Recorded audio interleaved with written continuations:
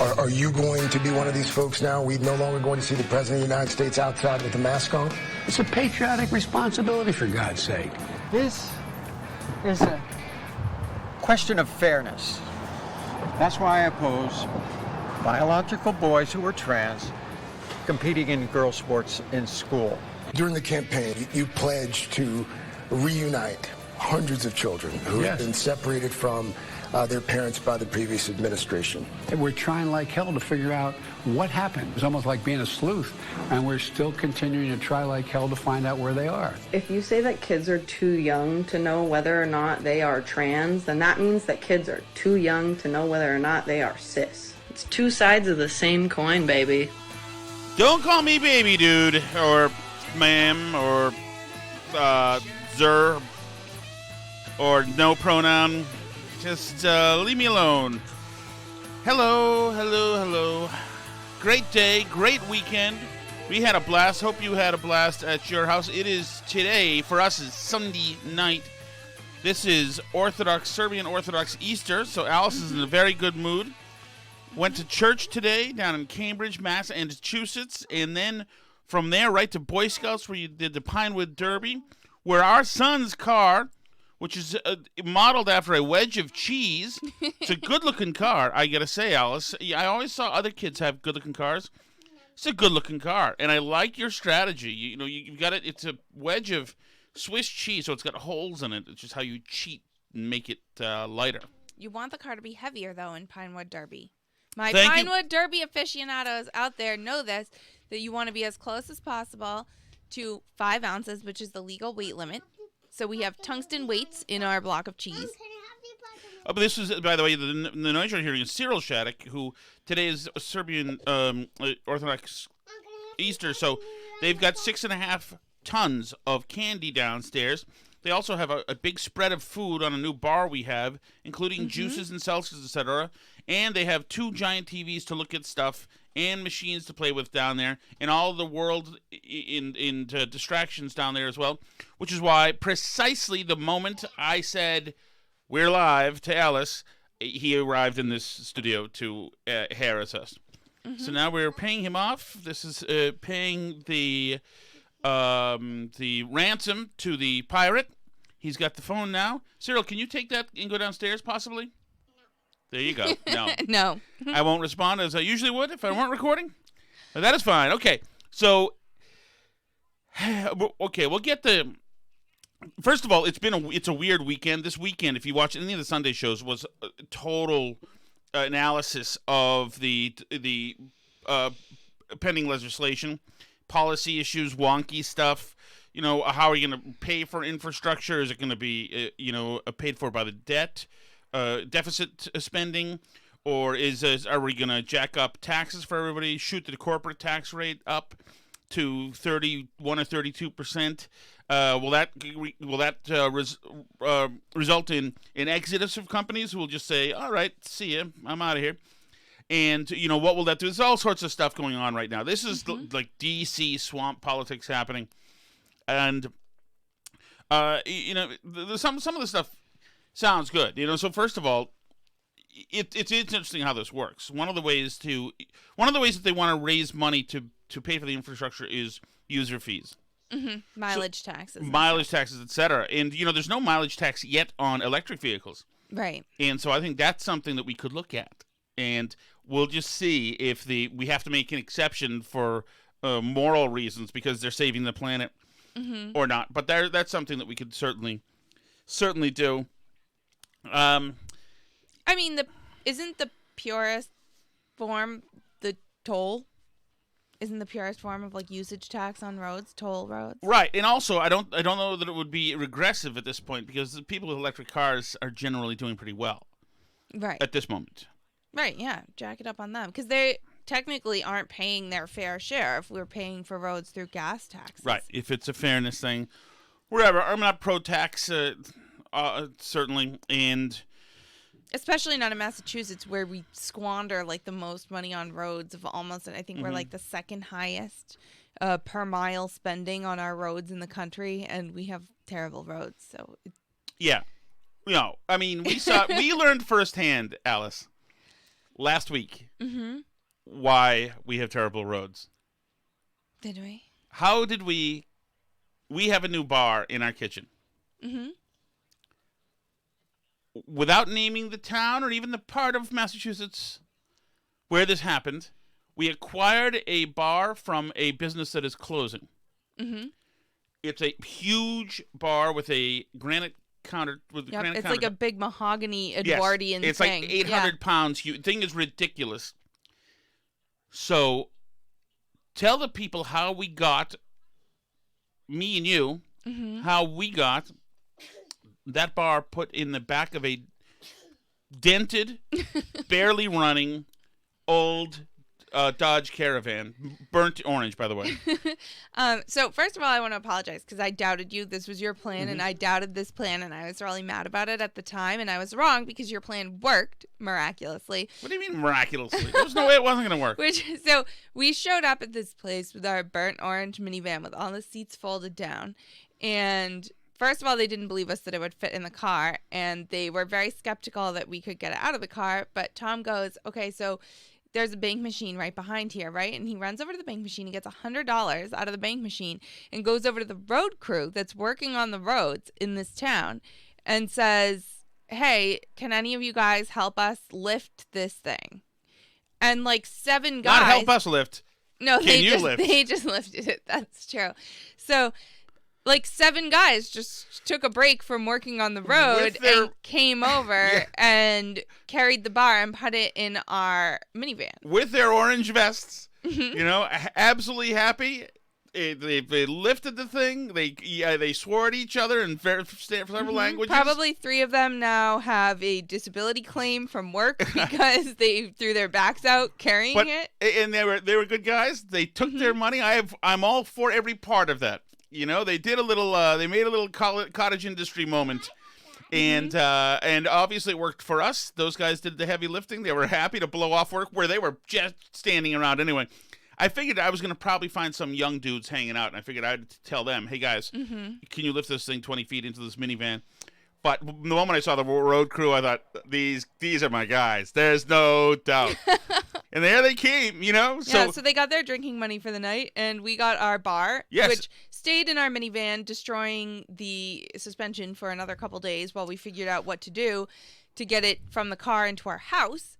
And so we then unscrewed the granite countertop from the main part of the bar, which Tom and I were able to get the main part of the bar into the house on our own. And then Tom again hired a neighbor off Facebook to help us and our 2 other neighbors lift the top together. Because of lack of road crews. But that's one of the reasons, just a snapshot into why Massachusetts roads are so damn expensive per mile. They're all too happy to farm themselves out for independent contractor work while on the dime. And once again, thanks, guys, in Town X. That's awesome. I appreciate it. And it was some good old-fashioned... It was awesome. You're all invited over for drinks good old-fashioned, at the new Shattuck Sports Bar. Black market capitalism happening, which we love always, always. And it's a way, my feeling, to stick it to the state a little bit. Okay, so that's the thing with the infrastructure plan. I mean, it is just a huge wish list plan. A lot of this stuff in there, they're probably going to have to separate it out more and do it more piecemeal if they really want some of this stuff. Because Republicans do like infrastructure, too. It is a kind of a middle ground. But if Biden ties every other social safety net to it, then it's not going to... Well, and the thing is that we're now dealing with play money. I mean, you see the inflation, we see the inflation, everyone is seeing the prices go up, whether it's at the grocery store or in housing prices or in construction materials. Like the used cars are going through the roof. Used cars. I mean, everything. It's wild, the inflation that we're seeing right now. And that's after we spent, I forget what the total is, like $6 trillion from the stimulus bills over the last year. So now Biden wants to spend another $6 trillion right now for like no particularly urgent reason. And I mean, you could make the case that it was worth it, this stimulus stuff, because of COVID, because they trashed the economy for no reason because of COVID. So like, if you're going to make people's jobs illegal, then you're going to have to take care of them somehow, right? So, I think that it was justified in that sense, but we're seeing now what's happening to the economy, and anyone who thinks there's not inflationary pressure right now is delusional. And the idea that we're going to just dump another more than the entire national debt into the economy now. It's really mind-blowing to me. And I've seen people on the left saying, like, this is great. COVID has, cured us of listening to these deficit hawks that are always naysaying and saying we can't just spend whatever money we want. Ha-ha! And I'm like, do you not see any kind of problem here? Do you not see anything weird happening? But, this is where we are now. So we're going to have, if we give it our blessing for this, we're going to give it our blessing for the Green New Deal. We're going to give it our blessing for, I saw an article making a case this week for a $40 minimum wage. Yeah. In a serious publication, a $15 minimum wage is all well and good, but that's not really entry into the middle class. And, as things stand, that could be the, bottom floor wage. Not through legislation. But just, but because now businesses cannot find help. Hospitality can't find help. Retail, food service, restaurants cannot get help anymore because people are making a good living being on the dole. Right. And I see people on the left, too, like, gloating about this. Like, oh, what that really means is businesses would just rather close than pay a living wage. Ha ha. Sucks to be that. Like, so they're happy about that. They would rather people not work and businesses be closed than have people make less money than some arbitrary figure that they've decided on in their head. And, we're going to be in trouble because the only places that can afford to pay crazy salaries are, huge corporations. This is, and the huge corporations have shown where they are politically. So this is not, Team Republican when we talk about huge corporations by any means anymore. So speaking of huge corporations, once again, I just want to celebrate victories. Certainly getting that bar into our house is a victory. A bar that didn't cost any money. Of course, we had to grease a few palms. Fine. Yeah.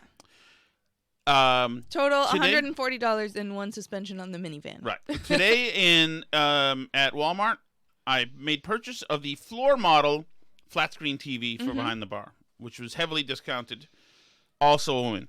Fantastic. I want to celebrate these wins. I want to hear your wins, too. Feel free to email us at burnbarrelpodcast@gmail.com or just DM. Anytime you've gotten one over on the man, I want to hear that. There was a famous time personally as well where I got an extra free $20 bill out of an ATM at a bank machine in Beacon Hill, which is just a great day. Great day. Whenever you can get one over, that is excellent, excellent, excellent. All right. Joe Biden had an interview with Craig Melvin. This is a few days old, but it was a really good interview. Craig Melvin with NBC. The Today Show is NBC, right? Yes, it is. Matt Lauer. That's right. I don't know what Craig Melvin's politics are, but he got good answers out of Biden. It wasn't a great look for Biden. And when you listen to these cuts, you'll notice that they are edited.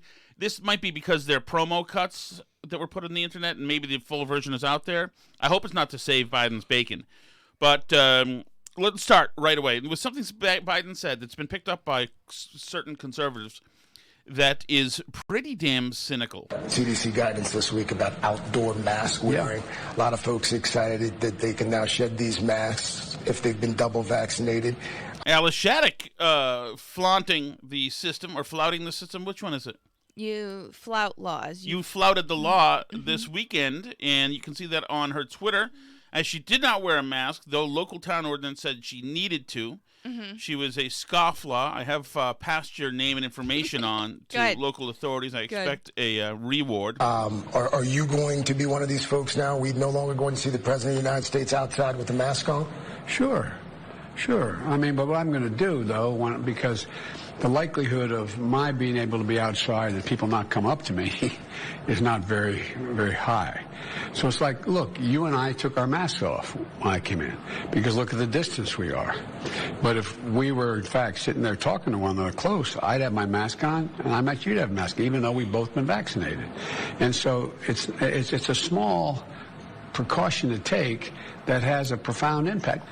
Does it have a profound impact? Not that much once you're vaccinated. Jen Psaki told us last week that that's not what has the impact. The impact are localities and areas. It's not people emulating stars. It's people in communities. It's a patriotic responsibility, for God's sake. It's making sure that your wife, your children, if in fact they haven't been vaccinated, making sure that they're not going to get sick. I remember getting the patriotic, Biden saying taxes were patriotic 10 years ago or whatever. And that is actually, the guys at the Commentary magazine made a good observation. That's a really cynical thing.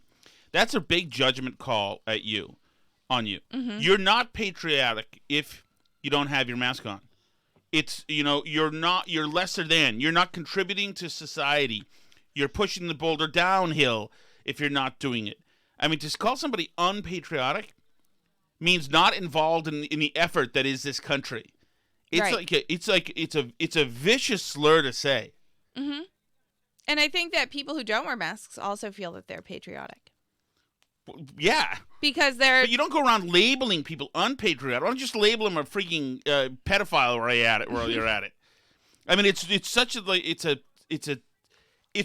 how dare you make that kind of judgment based on this, which is just performative at this point. Right. You do it, why? Well, I can't tell you why, because you're a patriot is why you do it then, okay?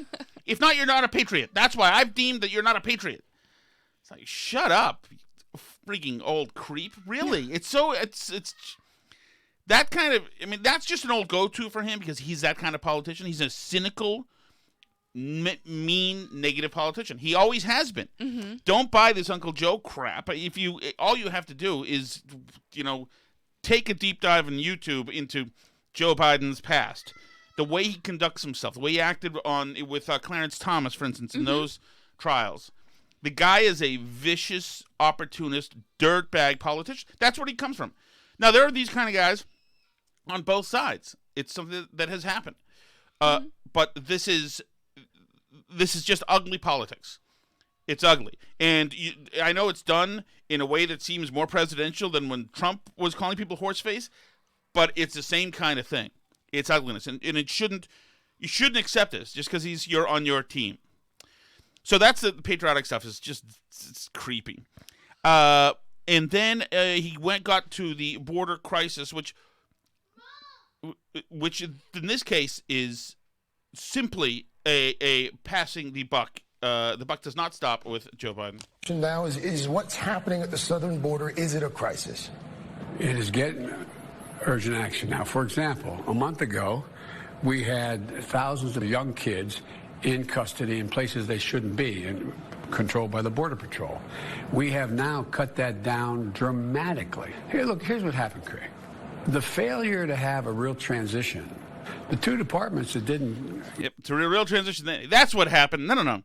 You had a transition. You transitioned our border from being closed to porous. You stopped adjudicating these cases while, over on the other side of the border. We're doing here now. You undid all the Trump stuff is what you did, because that was the theme of your presidency, the un-Trump. People didn't vote for Joe Biden. They voted for not Trump. That's what they voted for.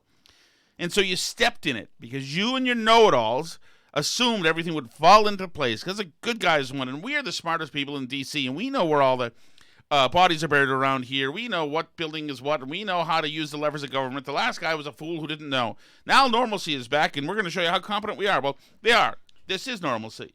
This is precisely, what happens in Washington, D.C. Ham-handed, bone-headed bureaucrats make stupid moves.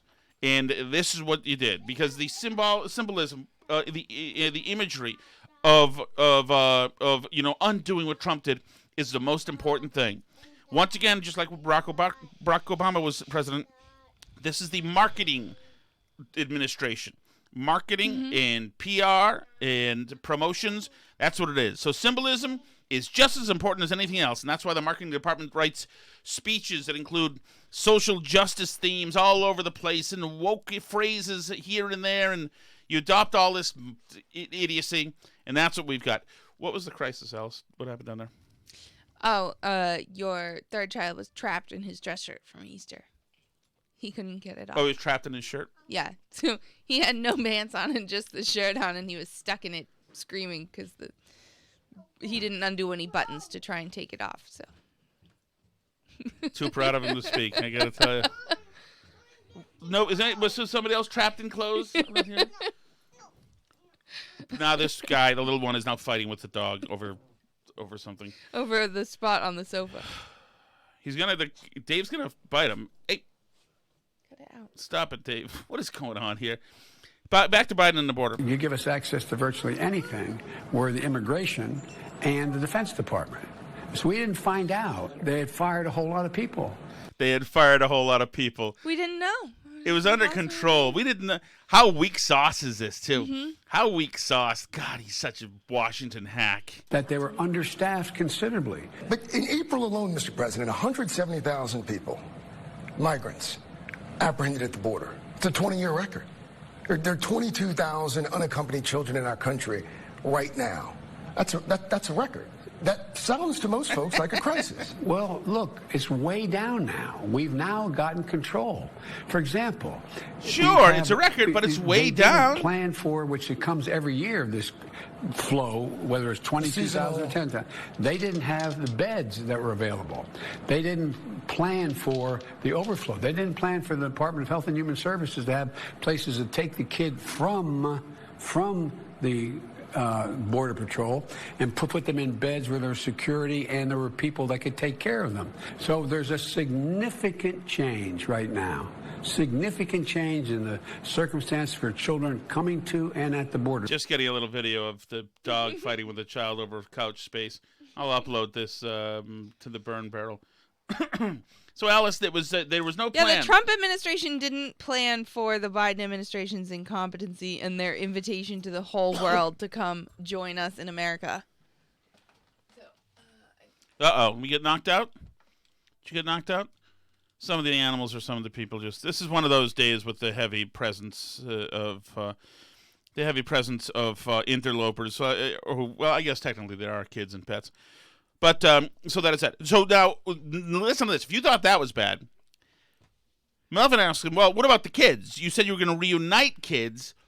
What's going on with those kids? Remember, that was the huge priority, is that, from day one, we're going to get in there and we're going to get those kids back with their parents. During the campaign, you pledged to reunite hundreds of children who have been separated from their parents by the previous administration. According to our reporting, in your first 100 days, not one child's been reunited. Ooh, not a big number. How is that? I don't think that's true, but that could be. But it could be. Yeah, could be tried. I don't think it's true, but maybe. I don't know. I mean, can I see what you have? Then I'll make my determination. What we have done is we have united children with their families as they've come across the border. But one of the things is we don't know yet where those kids are. And we're trying to figure out what happened. It's almost like being a sleuth, and we're still continuing to try like hell to find out where they are. So you've said to migrants... He said, wait a second, we're supposed to be united. We have the kids, don't we? Yeah. So why don't we know where they are? I think he means where their parents are. Did we misplace them? That's not what he said. Or maybe we put them in foster care or something, and now we don't know. Well, that seems like it's problematic to me. That seems to me that's a new crisis. We've lost the kids. Well, I think they'd say that happened under Trump. I mean, I think that was like part of the thing with Trump too, is they didn't know where all the cameras pulled down again. I've lost my. That's okay. It's not meant to be. Hi, Cyril. Okay. Don't come. You said don't come. You're very clear. Or would you tell parents in Central America and Mexico, don't send your kids? Absolutely. And look, here's the deal. Absolutely. Now we do it. Before that, it was come surge to the border. Everybody, come on.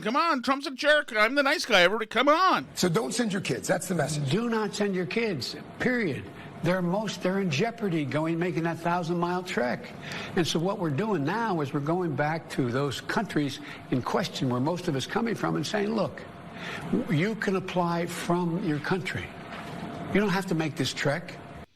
Right, and we're going to those countries and having conversations directly related to those kids who we can't find. About immigration, he did not lay out a concrete plan with dealing with the surge of migrants, especially at the border, and that's your task. That's a job that he has handed you. So can you be specific with immediate plans that you will have in facing this issue?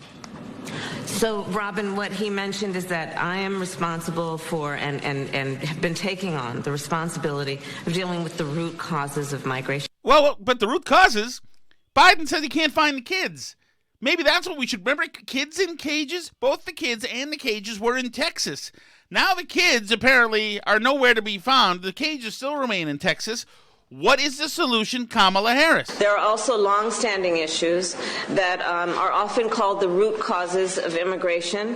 We are looking at the issue of poverty and the lack, therefore, of economic opportunities, the issue of extreme weather conditions and the lack of climate adaptation, as well as corruption and the lack of good governance, and violence against women, indigenous people, LGBTQ people, and Afro-descendants.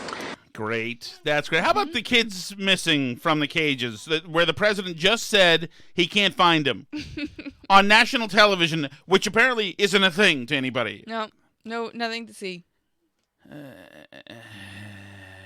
other thing I thought was interesting is him using the word sleuth. I love the word sleuth, but it's very of a certain era. I learned that word because that's the name of the Hardy Boys speedboat. Right. But, I want to hear that again, because that is absolutely ridiculous that he actually said these words in a row, and it's not incredibly breaking news, ticker tape. If Trump said it, During you the know campaign, it would be. you pledged to reunite hundreds of children who Yes. have been separated from their parents by the previous administration. According to our reporting, in your first 100 days, not one child's been reunited. I don't think that. How is that? I don't think that's true, but that could be. What we have done is we have united children with their families as they've come across the border. But What does that mean? It means that they haven't practiced the family separation the way the Trump administration did. So the kids were coming with their families. They come with the families, and we say, hey, Bill, I want you to meet your parents who you just came here with. Yep. We're reuniting you. one of the things is we don't know yet where those kids are. And we're trying like hell to figure out what happened. It's almost like being a sleuth. Biden, we don't know where the kids are. There should be impaneled, experts and the advocates from wall to wall on every cable TV show. Mm-hmm. And we're still continuing to try like hell to find out where they are. You've said to migrants, don't come. You said don't come. You're very clear. Or would you tell parents in Central America and Mexico, don't send your kids? Absolutely. And look, here's the deal. So don't send your kids. That's the message. Do not send your kids, period. They're in jeopardy making that 1,000-mile trek. And so what we're doing now is we're going back to those countries in question where most of us coming from and saying, look, you can apply from your country. You don't have to make this trek. Yeah, you don't have to. We're going to have Kamala fix LGBTQ rights in Honduras, so you don't have to come here after all. That's fine. Okay, it doesn't matter. You know what? There shouldn't be any more kids in the world. You know what? Before we get to this, one more thing. Joe Biden, remember, in the first 100 days, we're going to have schools open. Kids back in schools. First 100 days, doses, all that stuff. Kids back in schools. Kids in K through 12 schools obviously are not going to be able to get the vaccine by the fall. Should all schools in this country be open this fall for 5 day a week in-person learning regardless? This fall? And it's a question? Based on the science of the CDC, they should probably all be open. There's not overwhelming evidence that there's much of a transmission among these people, young people. That's great. So like I was saying, we shouldn't be having any kids anyway. There's a movement on in Europe called Rebellion of One. It's part of Extinction Rebellion, which has staged a bunch of these protests of like die-ins, and they're like based on Occupy. They do stuff all over. They sound like winners. So here's one lady. This is her impassioned plea to you, so that you'll understand what we've done to the planet, and that we cannot keep propagating as a society, as a civilization, because it is an immoral endeavor. Since I was a teenager, what I wanted to be when I grew up was a mother. Alongside other things, I wanted to be the Prime Minister, I wanted to cure cancer, but I wanted to be a mother, specifically mother to a football team and a sub's worth of children. I just had this vision of having a happy, glowing family, and we'd live somewhere wonderful, probably by the coast, and we'd be really happy all together as a beautiful family unit. I was on a megabus in 2018 going up country when I read headlines which were based on the Intergovernmental Panel on Climate Change's 2018 report. And it was pretty damning. Suddenly I realised that if I'd given birth to a child, since I was a teenager, what I wanted to be when I grew up was a mother. No, it's just alongside other things. I wanted to be the Prime Minister, I wanted to cure cancer, but I wanted to be a mother, specifically mother to a football team and a sub's worth of children. I just had this vision of having a happy, glowing family, and we'd live somewhere wonderful, probably by the coast, and we'd be really happy all together as a beautiful family unit. I was on a mega bus in 2018 going up country when I read headlines which were based on the Intergovernmental Panel on Climate Change's 2018 report. And it was pretty damning. Suddenly I realised that if I'd given birth... So in 2018 she read something. Magazine headline. Maybe. ...to a child that day that I was reading these headlines, my child would have been in year 7 by the time we reached these tipping points. And these tipping points are going to be ecosystem collapse, food shortages, floods, areas of our beautiful coastal home enveloped by the ocean, and I realised that I couldn't possibly raise a child in that world. I couldn't raise my football team and a sub and bring them into this world that wasn't going to have the same opportunity as I had, where even food was going to be a struggle. I'm taking part in the rebellion of one because I am grieving children that I will not conceive. Alice, thoughts? I think maybe you should handle one struggle at a time. So, like, have you ever heard that story of, like... What does that mean? Well, thoughts on what she's saying. She's not going to have kids because this world is going to end in 5 years. Right. And it's the end of days. Right. So there's, like, this sort of folktale about a person who, like, goes down into the basement to get something and, like, doesn't come back, and the family goes to look for them, and they're sitting down there in the basement crying, and they're all like, why are you crying? And they're like, well, there's, like, this axe stuck in the ceiling in the basement, and I just thought, like, what if it fell on one of us and we died? And I just got to thinking about it and crying. It's like that. It's like you're getting all upset about this, like, hypothetical thing that somebody wrote about in a newspaper headline that's not true, that they've been predicting it for ages, and you're going to decide whether or not you're going to make important life decisions, like whether or not you have kids, on the basis of this, like, made up nonsense. It's so crazy to me. It's just as crazy as the story, you know, like, oh, like, what if the axe fell on one of us and we died? Now I can't bring kids into a world like this. Like, what if the earth, our seaside home that I don't own, like, maybe focus on getting a job and buying the seaside home before you worry about it getting flooded by climate change. Because plenty of people who believe in climate change tell us they believe in climate change are still buying oceanfront property. I can tell you that. So, I don't think that it's going anywhere anytime soon. You are so missing the point. Sorry, what's the point? So missing it. This is wonderful. I don't want her having a sub full of kids, a football team, a beautiful family. I don't want her procreating. I don't want little hers in the world. This is great. This is great. I am absolutely all for this, ma'am, whoever you are. Absolutely. Do not procreate. Be afraid.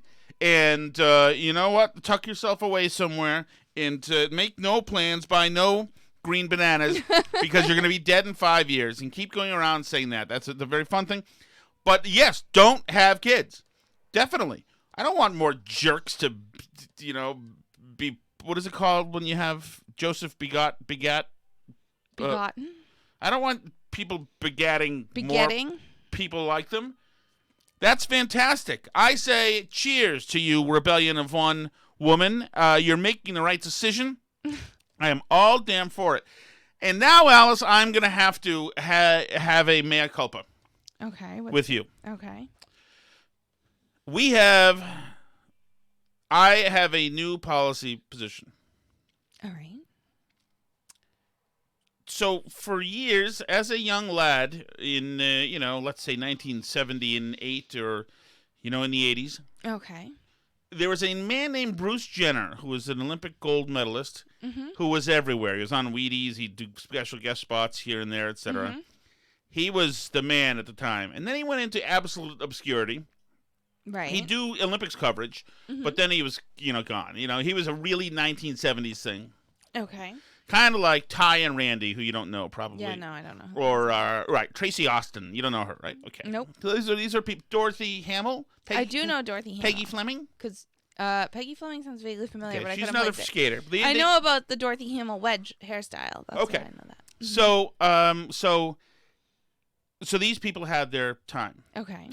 And then suddenly, out of nowhere, the OJ's lawyer friend had a daughter who did a porn tape, who was hanging out with Paris Hilton, and so then we had the world of the Kardashians come back, and then Bruce Jenner's back. And he's a little odd. He's he's an odd fella, like really interested in the intimate lives of the daughters around. It's fine, whatever. Seems like he wants to be famous. And, and then he goes away and changes, and now he's Caitlyn Jenner, and reborn as a woman, I'm told, which is fine. And so I thought, like 10 years ago, before the Caitlyn Jenner stuff, I thought, I never used to watch it. I have a relative who's big into Kim Kardashian being beautiful. Okay. And so I would see it here and there and be like, man, Bruce Jenner's a creep these days. Fine, whatever. So, and then the accident happened, and then this whole attention-getting thing, and him on Vogue or whatever, and people said, you have to like it or else you're a transphobe. Like, no. Now, hold that. Stick a pin in that. Okay. And let's play. TMZ just caught up to Caitlyn Jenner, who is now running for governor because there is a recall election happening. Gavin Newsom is going to be involved in a recall election. Running for governor as a Republican. As a Republican, correct. TMZ asks Bruce Jenner a question. Hi, Caitlyn. Caitlyn Jenner a question. Hi, Caitlyn. So there's legislation in various states to ban biological boys who are trans from playing girls' sports in school. What's your opinion on that? This is a question of fairness. That's why I oppose biological boys who are trans competing in girls' sports in school. It just isn't fair.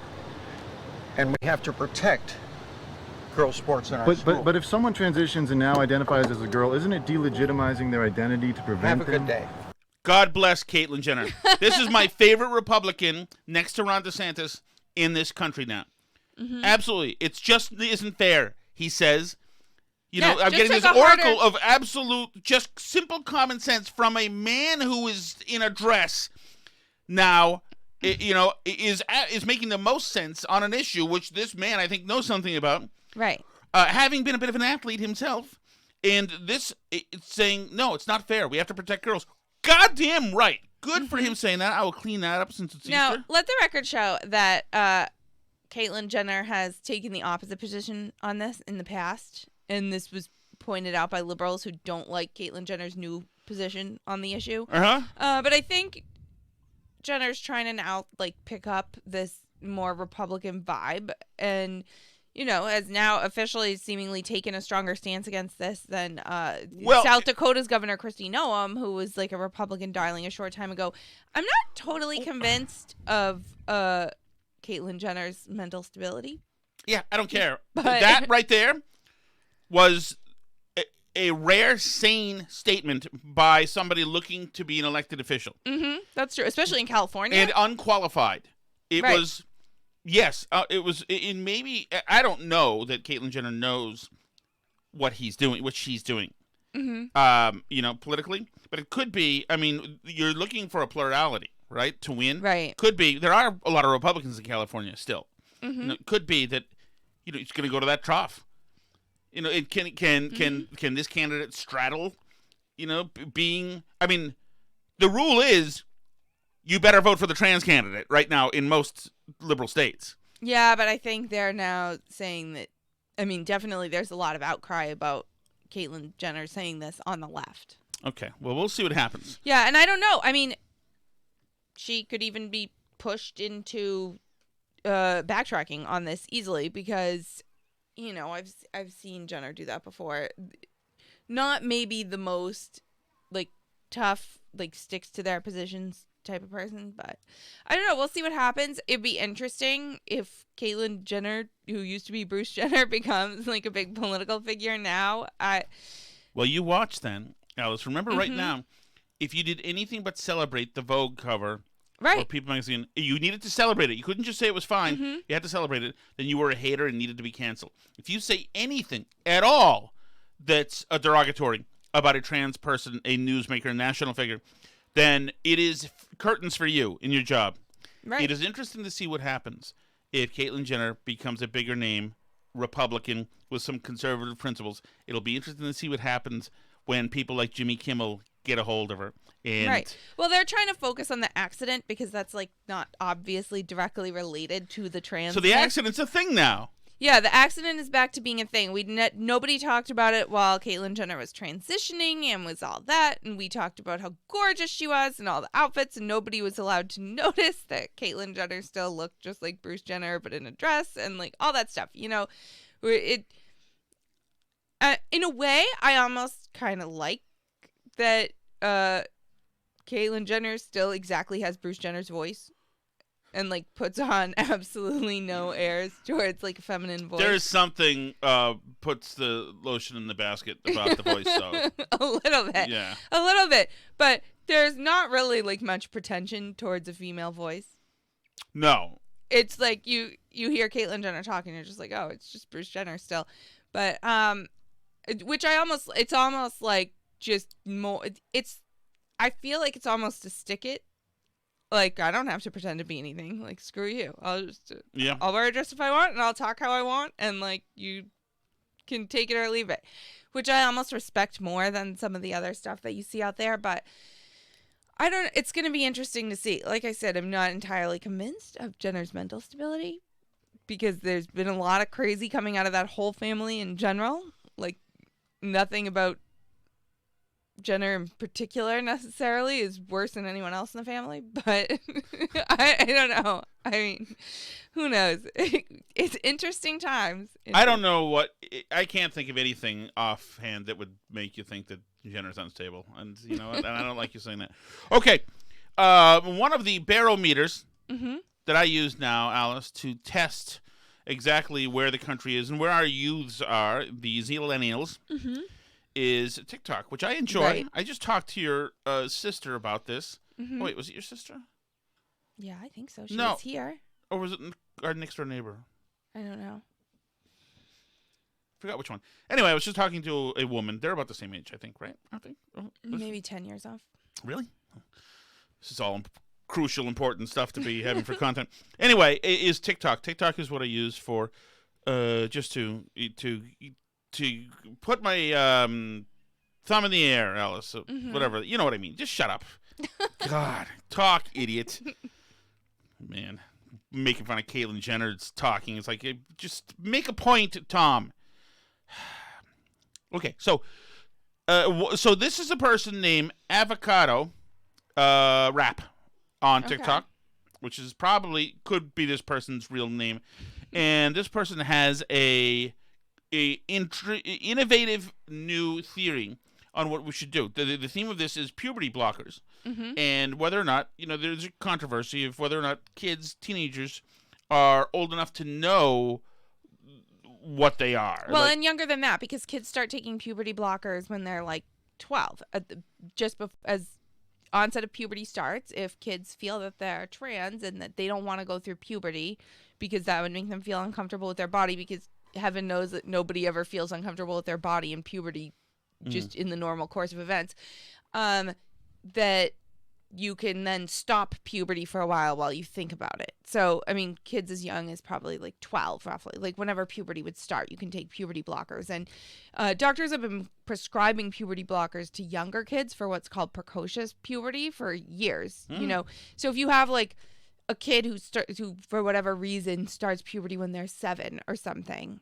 you would give them puberty blockers because that's really earlier than you want a kid to be going through puberty, just for the health of their body, their mental health, their ability to like grow to a normal adult height, all things like that. So then you prescribe puberty blockers until a normal age for puberty, and then they, go through puberty at that normal age. That being said, there are risks to taking them for too long a period of time. They can harm your bone density. They can mess with your body in other ways that aren't fully and the understood. ability to have kids too. Well, that's more like the more hardcore hormones that make you go through the opposite sex puberty, if that's what you decide you want to do. So if you're a girl and you take testosterone, that more does that. It's not really known whether the puberty blockers themselves cause infertility. They can cause your genitalia to be underdeveloped as an adult, which if you're a male and you ultimately end up deciding that you want to be male, can be not great. Good for times. You to have. But anyway, there is controversy about it. Like you said, any use of puberty blockers for trans kids is off-label. They're not approved by the FDA for this use. Right. They have not been studied for long-term use in children for the amount of time that trans kids take them. But in any case, what is going on? Is there one of our cars being stolen out of our driveway? I hope so. I mean, yeah, actually, did you miss any of them? I don't know. Please take them. We should leave the keys in them. Okay, here's Avocado Rap laying down the law. I propose that all children be put on puberty blockers before they hit puberty. If they're not trans, cool. They can get off puberty blockers and continue puberty as they were. And if they are trans, then you just save them a lot of emotional pain from the secondary sex characteristics they have. If you say that... Freaking little cracky vocal burn makes me want to... I don't want to say it. Makes me want to confront Avocado Rap. Kids are too young to know whether or not they are trans, then that means that kids are too young to know whether or not they are cis. It's two sides of the same coin, baby. We can't trust any kids to make any decisions. Not sure those are equal things. Yeah, and by the way, you don't have to make any decision to go through puberty. It happens on its own. It requires absolutely no input from you, which is why that's considered natural and normal, and we don't generally put kids on puberty blockers. But if you take the trans argument to its logical conclusion that you just can't possibly know what gender kids are by their genitals when they're born, that there's just no way to tell. It could be any gender whatsoever. You can't tell by what they are when they're born. Then that is obviously the logical conclusion. Then we should put all kids on puberty blockers, because if gender is totally unrelated towards, whether you have XY chromosomes or, what's in your underwear, then like what? Then obviously, yeah, sure, why not? But that's, so it's intellectually honest at least, but it's also insane. Yes. This is, an argument made by crazy people. Yes, I would say Avocado Rap is, unfortunately, not the only one, unfortunately. It feels like this. I've seen this argument made by a few people, actually. It's psychotic. Okay, so SF49ers girl in 1986 is now going to tell us about masks. Hi, CDC. Fantastic that those of us that are vaccinated can go outside without masks on. However, any guidance for how I can do that without looking like a Republican? Ooh, her words are like burn. knives. Yeah, so you're seeing people do this now. What I was going to say was that I am technically a fat, so it is my right to call out other fats. Mm-hmm. And I would say, I'm not going to cast aspersions or suggest that SF49 girl is a fat as well. Mm-hmm. But I would say that in order of priority of concerns about appearances, perhaps whether or not she's a Republican is not maybe something that should be near the top. That's me doing a public service message as a fat. I'm not saying that she is. Well, the word fat has now been reclaimed by fat activists. So, it's not necessarily a negative word to call someone fat anymore. It's not? No, they've reclaimed. But isn't it unhealthy? It's like queer. It's now people use queer as a positive. No, it's not unhealthy. That's why they don't like the word obese anymore, because that medicalizes something that's a natural human condition that's just as good as being thin, and there's no reason why anybody should suggest that there's anything bad about being fat. So you can call yourself fat, and if somebody else sees a problem with the word fat, then so that's can my people get our own pronouns? Maybe. Because I believe that the fats are marginalized, correct? Yes, definitely marginalized. Yeah. The diet industrial complex, the fatphobia in the medical industry. Year of our Lord 2002. I applied as a bartender at this business that was filled with gorgeous, thin ladies and trim, handsome dudes as the bartenders. And I walked in and said, "Yeah, I was looking. I know you guys are about to open. I was looking, and they were all hanging out like in this room." Mm-hmm. And I said, "Oh yeah, I was looking to be a bartender." And the woman said, and they were all knockout women, good-looking guys. And then Fatty, walks in, and she's like, trying to use as much telepathy as possible to say, "Listen, you know, and I know that this ain't gonna happen." Applicant the hut. So maybe. So she's like, "Oh, I can give you an application." Her voice trailed off. I'm like, "Oh, okay. I guess I'll take it from you." And and she's like, "Do you want to fill it out here?" She said, fruitlessly knowing, like that this conversation, this transaction they had called the time of death, as 2 seconds ago already. Mm-hmm. And I'm like, "No, I guess I'll take it to go." She's like, "Okay, well, just bring it back sometime." I'm like, "Yeah, I'll come back." We all knew that it was over. I wasn't going to be a bartender there. Yeah, I was discriminized, Alice. Yes. For being a fat, and I have no problem with it, as a matter of fact, because, they can hire pretty people if they want to. Mm-hmm. And if I want to be a pretty person, then I can be less of a fat and try again. But now you're saying I have cause. Yeah, well, it's technically not. Oh, no, I have protected... legal, not cause, I have legal suiting? Standing, yes. Well, I don't know if it's a legally recognized protected that's category horse bleep. yet. Yeah, well, That's maybe you should join bleep. in with the fat activists and see if you can get it added to the protected characteristics, like race, gender, sexual orientation. I can get religion. another check from the government. Yeah, from an affliction. It's not even an affliction because no, I it's not an affliction.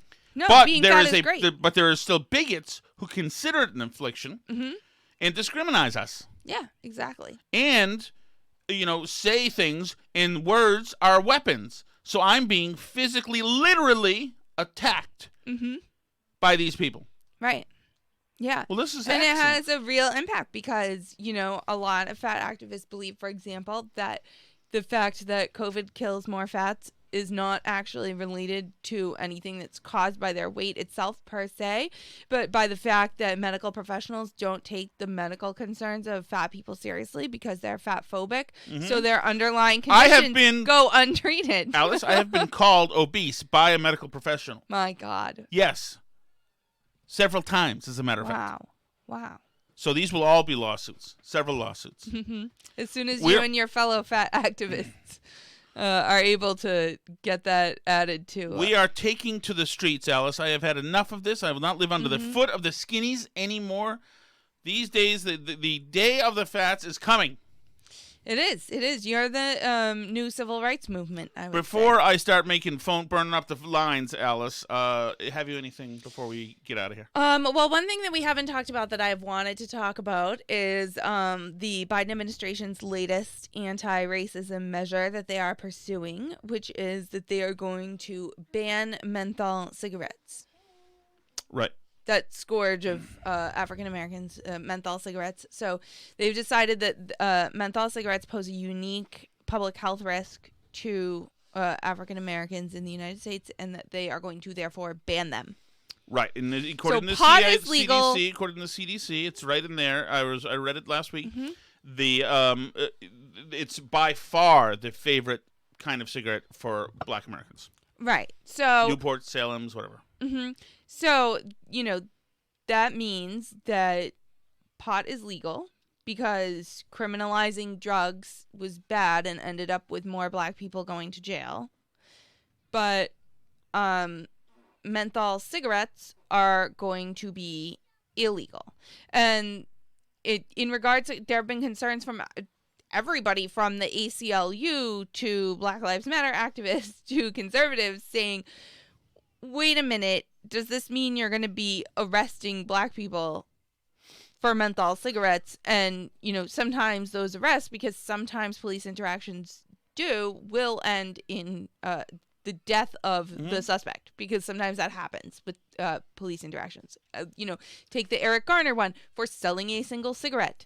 He was arrested. Yes, well, you're killed. going to be making a criminal out of any person with a menthol cigarette. So they're assuring us that will not be the case. They are not going to go after the users of menthol cigarettes or, individuals, but they are going to be going after, dealers of menthol cigarettes, which, of course, we know was never the case with drug arrests that landed tons of black people in jail and black kids. I believe Eric Garner was dealing single cigarettes in front of that liquor store. Yeah, so I find this so astounding in the face of the whole last year that we had with all the Black Lives Matter stuff and all the policing stuff and all the talk about decriminalizing drugs because of all the people in jails for nonviolent drug offenses, et cetera, et cetera, et cetera, et cetera, right? All this discourse around this. And now they want to criminalize something that's used almost, I won't say almost exclusively, but by a majority black people in the United States. Yes, this is the exact. These are the not only cultural but political, social justice forces now, who have been telling us again and again about systemic racism. Now creating something that they would absolutely precisely define as systemic racism. Right. But to them, the systemic racism is, black people getting lung cancer because they're choosing to smoke menthol cigarettes. They've been targeted by the menthol cigarette industry. So now we're going to go after them. It's not just black people living their lives and making a decision like everybody else who smokes cigarettes, making a decision to smoke cigarettes even though they know the health risks because it's what they feel like doing in this is a free country. Exactly. For crying out loud. You work hard every day on a Friday afternoon. You want to have a beer. You bust your ass. You want to have a beer and maybe a smoke. And so the guy having the Bud Light and the Marlboro Light is fine, and the guy having a Bud Light and a Newport now gets rousted by the cops. And that person is most likely going to be, or is more likely to be a black person. But we're doing it to save the black people from themselves because this is the nanny state, and this is what we need to do to come step in and do that. But that being said, I don't want to end the show on a negative note because you have something else? It is Easter. Okay. And so I just want to quickly. Oh, Alice, don't read a religious text, please. Okay, what's happening? Okay, what did you want to do? Well, I just wanted to say a couple words from St. John Chrysostom. Go ahead. Sorry, because Christ is risen. And you, O death, are annihilated. Christ is risen, and the evil ones are cast down. Christ is risen, and all the angels rejoice. Christ is risen, and life is liberated. Christ is risen, and the tomb is emptied of its dead. For Christ, having risen from the dead, is become the first fruits of those who have fallen asleep. Okay. So Christ is risen. And that is a good preview of Alice's own other podcast that she'll be doing. We'll be doing that kind of stuff because that is not what we do in this podcast. But happy Easter. Thank you. It is Easter, and Christ is risen. Yes. Okay, good. Thank you, everybody. We'll see you all tomorrow. And this has been the Burn Barrel Podcast. He's Tom Shattuck, and I'm Alice Shattuck, and we are on Twitter at Burn Barrel Pod. We're also at Facebook.com/Burn Barrel Podcast, and you can find us at BurnBarrelPodcast.com. If you prefer Gab and Parler, we're at Burn Barrel Podcast on there, and you can email us, burnbarrelpodcast@gmail.com. We also have a YouTube channel that is Tom Shattuck's Burn Barrel there on YouTube, where you can watch the videos, comment, like, subscribe, all those things. And my Substack, where you can read about Hannah Dustin. Very interesting and action-packed particular posting. See ya.